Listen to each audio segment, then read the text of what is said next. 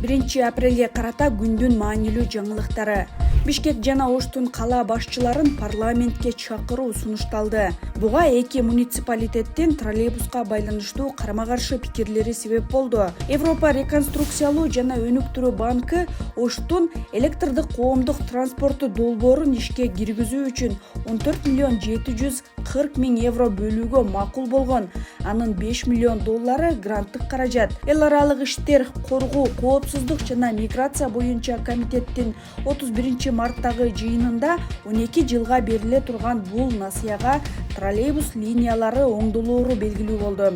Ош шаарынын вице-мэри Сонунбек Жунусбаев эл аралык банктын талабы менен калаага 30га жакын электробуста алынаарын айтты. Троллейбустар үнөмдүү, киреше алып келүүчү транспорт. 200 сом чыгым болсо 4000 сом киреше алып келет. Ош шаарында 50 жылдан бери иштеген троллейбустар бар. Башкаларга караганда узак мөөнөткө чыдайт, деди Жунусбаев. Вице-мэр жакында Бишкектен алынып барган 100 троллейбусту ишке берүү Оштогу тыгынды азайтууга жардам берерин белгиледи. Долбоорду талкуулоо учурунда айрым эл өкүлдөрү Бишкек мэриясынын троллейбустарды өзүн актабай калды деп линиядан алганын эске салды.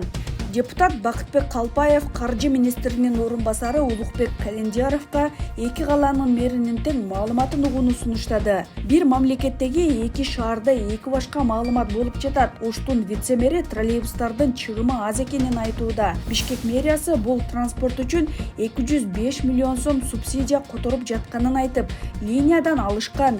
Бир эле транспорт, бирок жооптор ар башка. Эки мэрдин жолугушуусун уюштуралы, деди Бактияр Калпаев. Депутаттын сунушу менен бул маселе күн тартибинен алынды. Былтыр 13 декабрда Бишкек мэриясынын карамагындагы 100 троллейбусту Ош шаарына берүү токтомуна кол коюлган. 6 троллейбус нарынга, 10 Баткенге жеткирилген.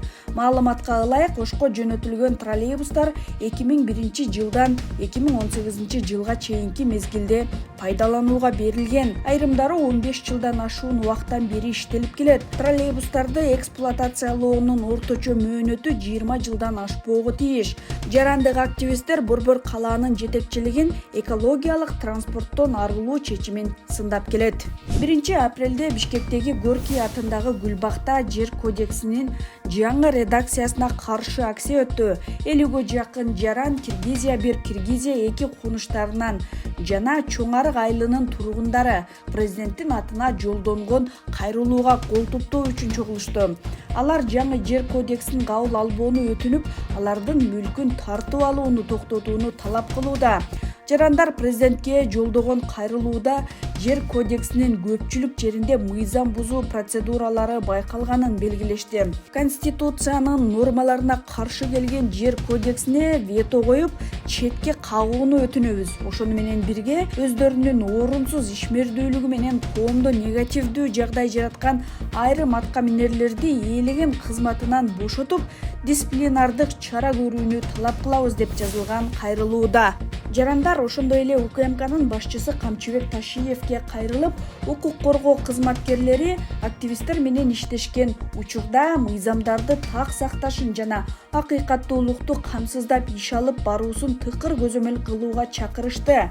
Жарандар алгач жогорку кеңештин алдына чогулууну пландаган, кийинчерээк акцияга бара турганы жөнүндө Facebook баракчасына жазган жаран атайын кызматка маектешүүгө чакырылган. Анын эртеси бийлик Бишкектин Борбордук бөлүгүндө митинг өткөрүүгө салынган тыюунун мөөнөтүн июнь айына чейин узарткан. Мурдараак милиция пенсионер Ольга Ивашененкого жапырт башаламандыктар боюнча кылмыш ишин козгоп, үйүн тинтүүгө алган.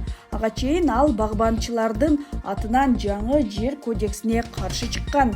13 февралда жогорку кеңештин депутаттары жер кодексинин Минкап демилгелеген жаңы редакциясын кабыл алган. Документке ылайык бийлик эми мамлекеттик маанидеги инвестициялык долбоорлор үчүн тургундардын жерин сатып ала алат. Бирок кандай баада экени белгисиз. Президент Садыр Жапаров жеке менчик кол тийбес экенин белгилеп, жер тилкелерин тартып алууга каршы экенин билдирген. Ошол эле маалда ал жаңы жер кодексинде жерлерди тартып алуу жөнүндө сөз жок деген божомолун айткан. Кыргызстанда өткөн жылы мал жандыктарды эмдөө үчүн 164 миллион сом бөлүнгөн. каражат вакцина, таблетка жана диагностика каражаттарын алууга жумшалган. Бул тууралуу ветеринардык кызматтын жетекчисинин орун басары Бакыт Шарапов биринчи радиого курган маегинде билдирди. Анын айтымында малдын тогуз ылаңына каршы эмдөө февраль айында түштүк аймактарда башталган. Мамлекеттин атайын токтому менен бруцеллез, кул оорусу, күйдүргү, эхинококоз жана башка кооптуу тогуз ылаңга каршы вакцина акысыз берилет. Андан тышкары жеке ветеринарларга биокаражат сакталуучу муздаткычтарды, термо-чамадан, мындан тышкары жеңилдетилген 3% насыя берүү каралууда. Алар аймакта жеке ветеринардык клиникаларды куруп алса болот, деди Шарапов. Шараповдун билдиришинче, эмдөө иши райондор менен келишим түзгөн 110 ветеринарга жөнөтүлгөн. Кыргызстанда элеттеги ветеринарлар мамлекеттен айлык албайт.